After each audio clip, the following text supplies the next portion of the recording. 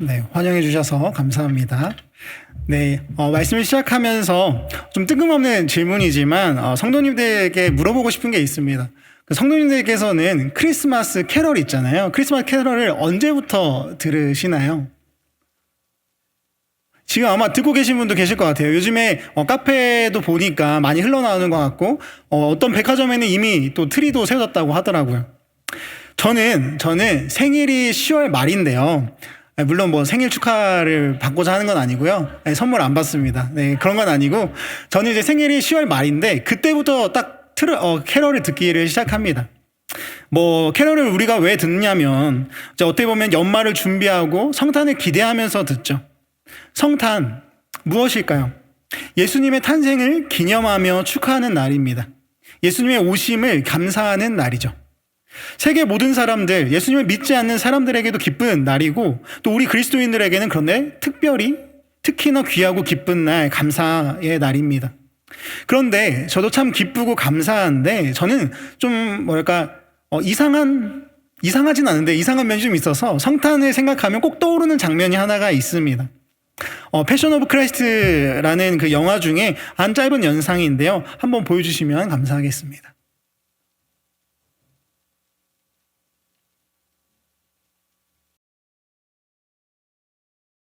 네, 어떤 장면인지 아시겠죠? 십자가에 달려 돌아가시는 예수님의 모습, 그리고 하늘에서 떨어지는 물방울. 하나님의 눈물이지 않을까 합니다. 성탄을 생각하면서 저는 어떻게 보면 이제 우리의 인간 그리고 사람들의 입장에서는 드디어 이제 구원자가 오신 기쁜 날인데 한편으로 저 이런 생각도 드는 거죠. 사랑하는 아들을 보내는 아버지의 마음, 하나님의 마음은 어땠을까?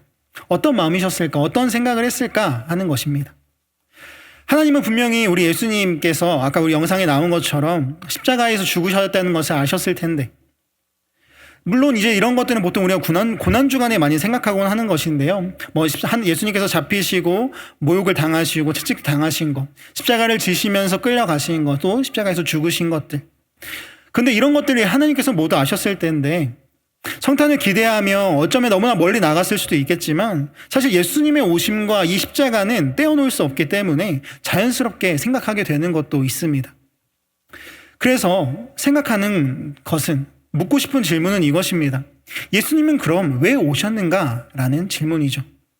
예수님은 왜 이렇게까지 하셔야 했는지, 십자가까지 지셔야 했는지 그 의미를 살펴보고자 하는 것입니다. 오늘 본문을 통해서 한번 그 부분을 보도록 하겠습니다.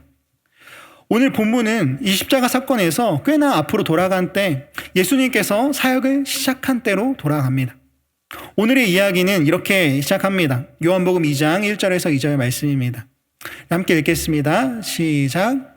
사흘째 되던 날 갈릴리 가나에 혼례가 있어 예수의 어머니도 거기 계시고 예수와 그 제자들도 혼례의 청함을 받았더니 어느 날 예수님께서는 갈릴리 가나에서 열리는 혼인잔치에 초청을 받으셨습니다. 어머니도 같이 있었고 제자들과 함께 갔죠. 그런데 곧바로 문제가 발생합니다. 잔치의 포도주가 다 떨어져 버린 거예요. 근데 이게 무슨 문제가 돼? 물 마시면 되지 않나? 아니면 뭐 다른 거 마시면 되지 않나? 그런데 당시 고대 사회에서 이 포도주는 잔치에서 단연 가장 중요한 요소였습니다.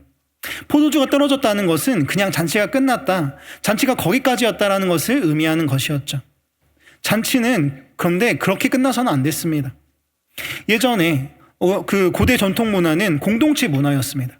함께 마을을 이루어 사는 그 공동체를 개인과 가정보다 어떻게 보면 좀 중요하게 여기는 사회로 공동체를 이루고 이제 사회에서 부부가 되었다는 것을 알리는 이 결혼식은 단지 부부가 되는 것을 넘어서 온 동네의 공동잔치였다고 합니다. 보통 우리는 이제 결혼식을 보면은 하루도 안 되고 한 몇 시간 정도 이렇게 빠르다고는 할 수 없지만 따다닥 끝나잖아요. 그런데 당시에는 일주일 이상 지속되기도 한 큰 잔치였던 것이죠. 바로 이런 상황에서 잔치의 상징인 포도주가 똑 떨어져 버린 것입니다. 좀 더 신선하게 말하면 이제 신랑과 신부 그리고 그 부모님들에게는 굉장히 창피스러운 일이고 찾아온 사람들, 공동체 사람들에게는 이젠 예절에 어긋나는 것, 사회적으로나 여러모로 수치를 살 수 있는 대참사가 벌어진 것이었습니다. 물론 이제 이를 알아챈 이제 예수님의 어머니, 이제 마리아, 본문에는 마리아라고 나오진 않지만 예수님의 어머니가 예수님께 말합니다. 저들에게 포도주가 없다. 저들에게 포도주가 없다. 큰일이 났다.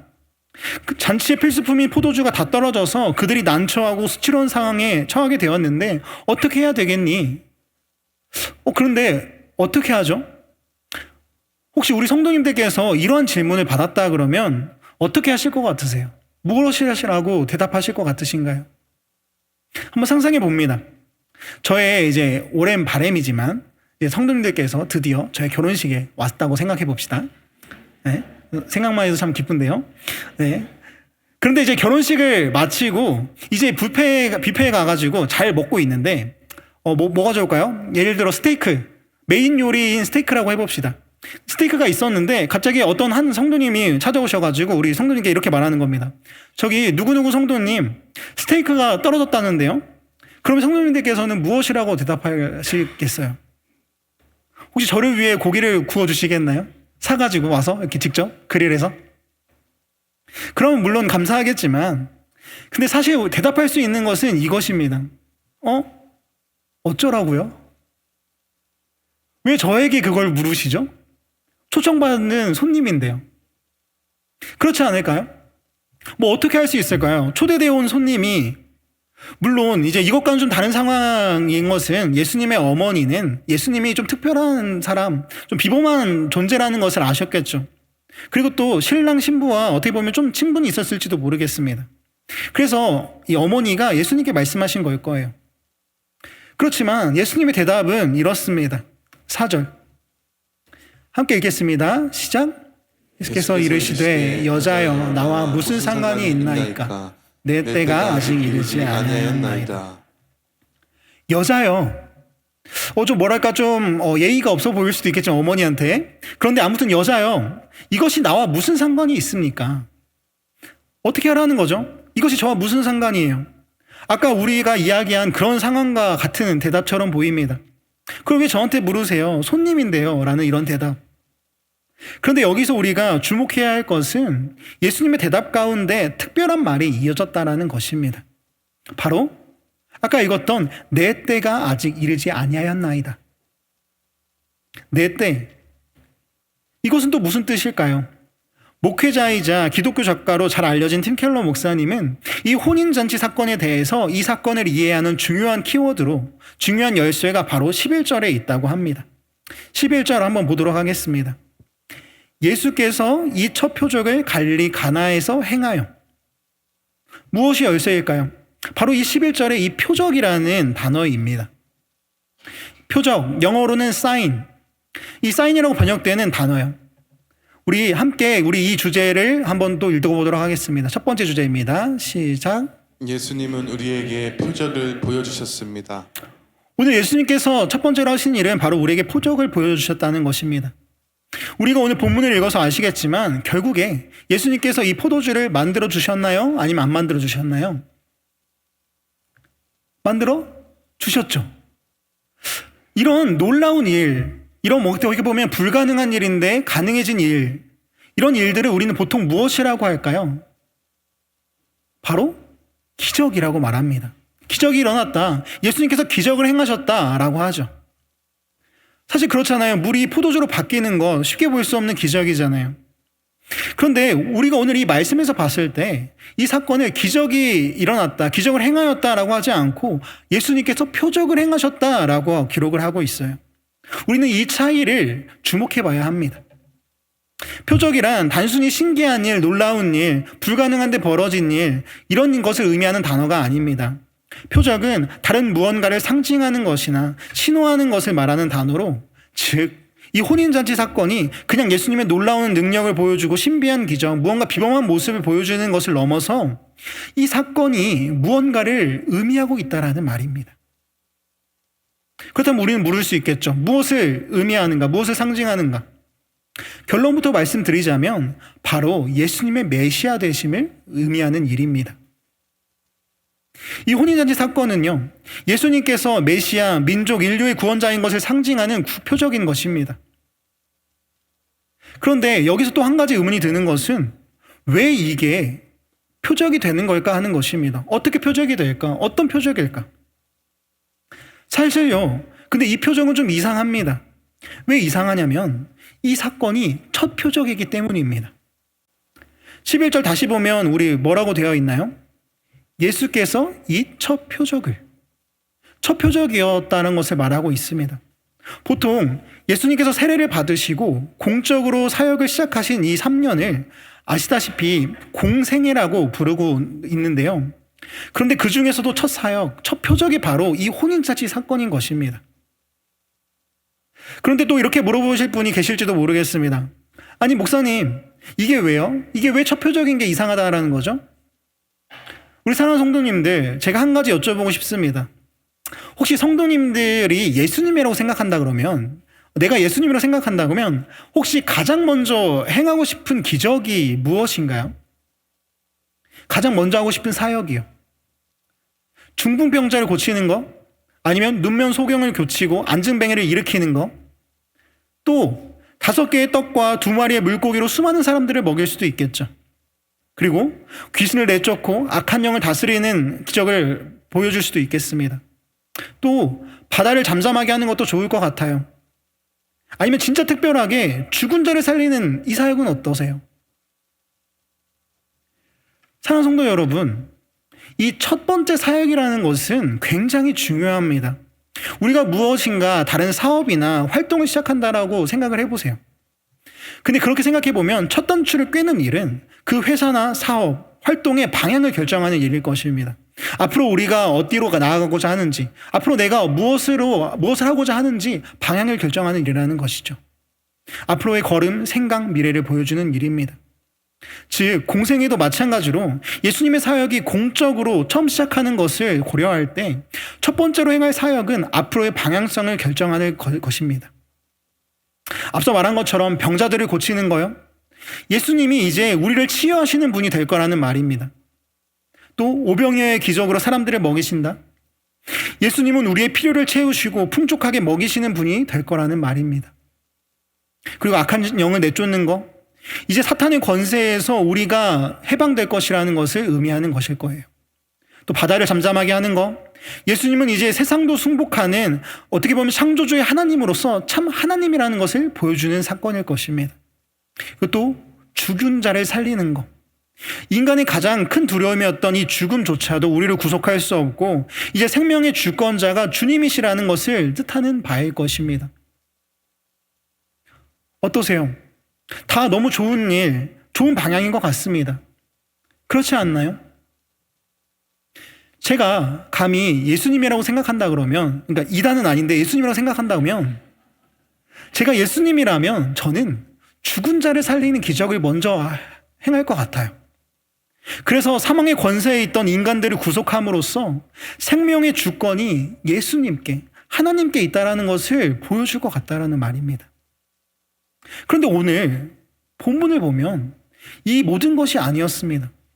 첫 표적, 예수님께서 첫 표적으로 보이신 것은 다른 무엇이 아니라 혼인잔치의 기적입니다. 조금 더 적나라하게 말을 해볼까요? 예수님께서 그의 공생애에서 첫 표적으로 택하신 것은 포도주, 술을 만드시는 일이었다는 것입니다. 물론 이제 그나마 좀 더 의미를 찾아보면 사회적으로 체면을 상할 뻔한 이 두 부부, 물론 당시에는 중요한 주제였겠지만 그 곤란한 상황을 벗어나게 해주신 것, 그것입니다. 아니, 이게 첫 표적이라니. 아까 말씀드렸듯이 좀 이상한, 아쉬운 표적처럼 보입니다.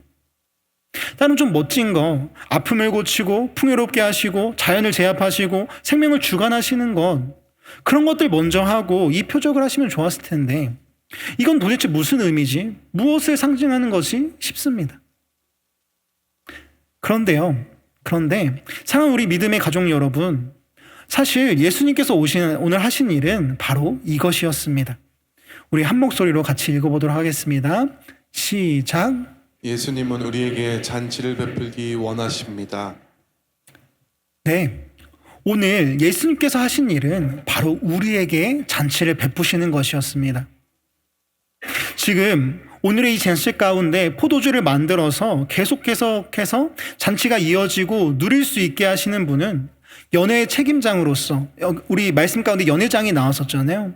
연회장은 연회에서 일어나는 모든 일을 수습할 책임이 있는 자였지만 이런 연회장도 아니었습니다. 그리고 잔치 주인공이라고 할 수 있는 신랑도 신부도 아니었습니다. 가까운 다른 친척들도 아니었죠. 오직 예수님께서 잔치를 다시 베푸셨고 누리게 하셨습니다. 잔치의 주인이 되셨던 것입니다. 우리 포도주가 떨어졌다 라고 하시는 그런 예수님의 어머니, 이 마리아의 말에 예수님께서 대답하신 말씀을 기억합니다. 내 때가 아직 이르지 아니하였다. 수수께끼 같고 아리송한 말씀이지만 함께 있던 어머니도 제자들도 그 가운데 함께하던 그 누구도 아직은 알 수 없었던 말이었겠지만 그것은 사실 예수님의 때, 즉 죽음의 때, 십자가의 고난과 십자가에서의 희생, 죽음을 의미하는 바로 그때를 말하는 것이었습니다. 팀켈러 목사님께서는 그분의 저서 인생질문이라는 책에서 이렇게 이야기합니다. 우리 함께 읽어보면 좋겠는데요. 우리 같이 읽어보도록 하겠습니다. 시작. 수수께끼 같은 말씀을 하시는 순간에 예수님은 마치 어머니와 신랑 신부와 전체 피로 현장 너머로 저 멀리까지 내다보신 듯하다. 다른 무엇을 보신 것이다. 그분의 생각은 이렇다. 올소이다. 나는 이 세상에 축제의 기쁨을 가져올 수 있고 죄책과 수치로부터 인류를 깨끗하게 할 수 있나이다. 기쁨을 주러 내가 세상에 왔나이다. 그러나 어머니여, 그러려면 내가 죽어야 하나이다. 그러나 어머니여, 그러려면 내가 죽어야 하나이다. 그렇습니다. 예수님은 공생애를 시작하시면서부터, 아니 이전부터, 태어나면서부터 그분은 늘 죽음을 생각하셨습니다. 그러나 이 죽음은 우리가 생각하는 그런 사망의 의미는 아닙니다. 무슨 의미인지 알려주시죠. 그저 절망, 고난이 아니라 너희가 죽는 것은 너희 그리스도인 성도로 인함이다. 너희에게 잔치를 베풀기 위해 내가 죽었다라고 말씀을 하십니다. 세상의 잔치는 유한하며 취할수록 잔치의 날이 지날수록 더 좋지 않은 하등품의 포도주가 나오겠지만 내가 주려는 잔치, 내가 베풀려는 잔치는 영원하며 참으로 좋은 것이다. 우리 사랑하는 성도 여러분, 그 마음이 느껴지시나요? 예수님의 이 마음이요. 예수님은 늘 자기의 때를 기다리셨습니다. 탄생부터 그 죽음을, 그리고 그 죽음의 때 그분이 당하신 이 고난이 의미하는 자신의 때가 되면 이 벌어지는 일이 오늘 나타난 것처럼 잔치의 주인이 되는 것입니다. 여러분에게 영원한 잔치를 베푸시는 것인 것입니다. 천국 잔치를, 특별히 혼인 잔치를 말입니다. 보통 예수님과 성도의 관계를 신랑과 신부의 관계로 이야기를 하는데요. 바로 그 잔치예요. 신랑 되신 예수님의 신부가 되는 그 혼인잔치, 사랑의 잔치입니다. 예수님이 왜 그분의 첫 사역, 첫 표적으로 이 잔치를 택하셨을까요? 왜 병자를 치유하는 것이 아니라, 왜 풍족히 먹이시는 것이 아니라, 이 천지를 다스리시고 악한 권세까지도 통치하시는 그 엄청난 능력, 죽음까지도 그분의 권세에 두는 것을 보여주는 것이 아니라 왜 이 잔치였을까요? 왜요? 이제는 우리가 대답할 수 있습니다. 그것은 바로 함께 기뻐하면서 함께 먹고 마시는 것, 그분이 궁극적으로 이루시기 원하시는 사역이 바로 우리와 함께 잔치하시기 원하시는 것이었다는 것입니다.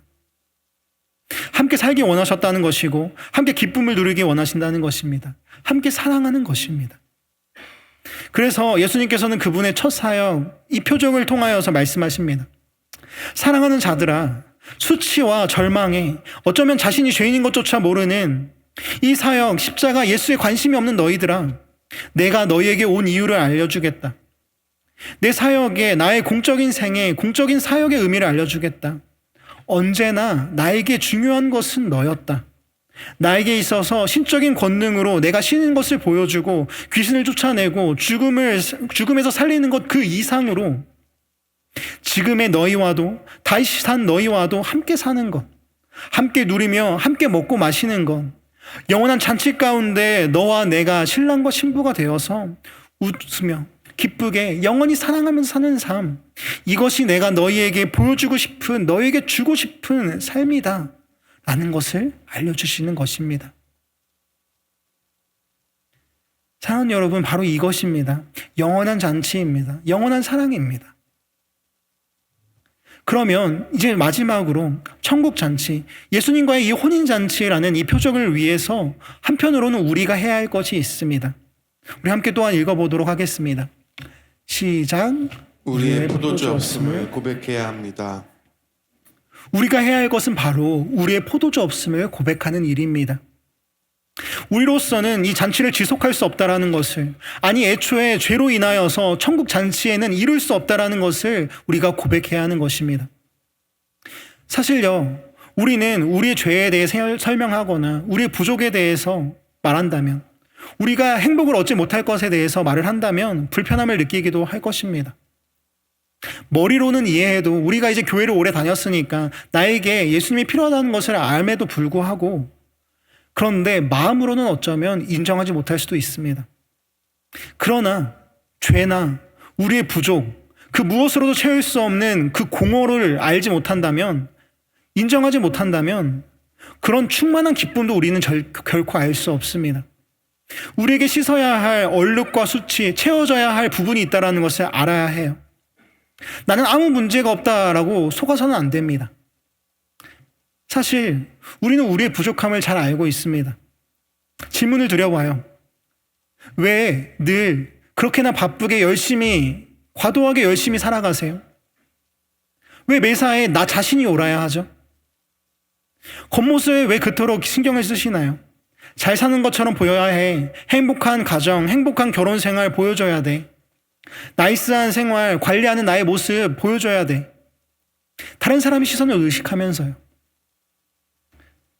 즉, 어쩌면 우리는 알게 모르게 우리 스스로에게 문제 있다는 것을 알고 있습니다. 그래서 공허와 부족이 존재하는 것을 알고 있기 때문에 스스로를 정당화하고 입증하고 은폐하려고 애를 쓰는 것입니다. 이 시간 우리에게는 어렵지만, 그런 나를 인정하는 것이 힘들 수 있고 부끄러울 수 있지만, 나에게 죄가 있다라는 것을, 나에게 수치가 있다라는 것을, 결코 채울 수 없는 공허가 있다라는 것을, 즉 포도주, 기쁨이 없다라는 것을 인정해야 합니다. 그 행위가 바로 예수님의 명령에 따라 항아리를 채우는 것이죠. 요한복음 2장 6절에서 7절 말씀 또 함께 읽어보도록 하겠습니다. 시작. 거기에 유대인의 정결 예식을 따라 두세 통 드는 돌항아리 6이 놓였는지라 예수께서 그들에게 이르시되 항아리에 물을 채우라 하신지 즉 아기까지 채우니. 채우니. 구약의 유대교회는 의식과 규정이 많아서 이러저러한 절차를 걸쳐 몸을 정결하게 씻어야 했습니다. 거룩하신 하나님과 흠이 많은 우리가 연결되기 위해서는 속죄와 정화, 용서가 요구되는 겁니다. 그 중에 하나로 쓰였던 것이 바로 이 정결 예식에 쓰이는 항아리라고 하는데요. 예수님은 오늘 말씀 가운데 그냥 아무 항아리에나 물을 채우라고 하신 것이 아닙니다. 정결 예식에 쓰는 항아리에 물을 채우라고 하셨고, 그것을 포도주로 바꾸셨습니다. 구원과 잔치는요, 속죄와 용서 후에 이루어집니다. 그러 더불어서 우리는 알고 있습니다. 물을 채우는 것은 우리였겠지만 이것을 바꿔주시는 분은 누구세요? 바로 예수님이라는 것입니다. 그것조차 예수님께서 하셨습니다. 우리 인간은 그저 예수님의 말씀에 따라 나의 죄와 수치, 공허를 인정하고 그저 그분의 말씀에 따라서 나의 항아리를 채울 뿐입니다. 그때 예수님께서는 우리의 죄와 수치, 우리의 마음과 우리의 삶 가운데 뻥 뚫려버린 그 공허를 기쁨의 포도주로 채워주실 것입니다.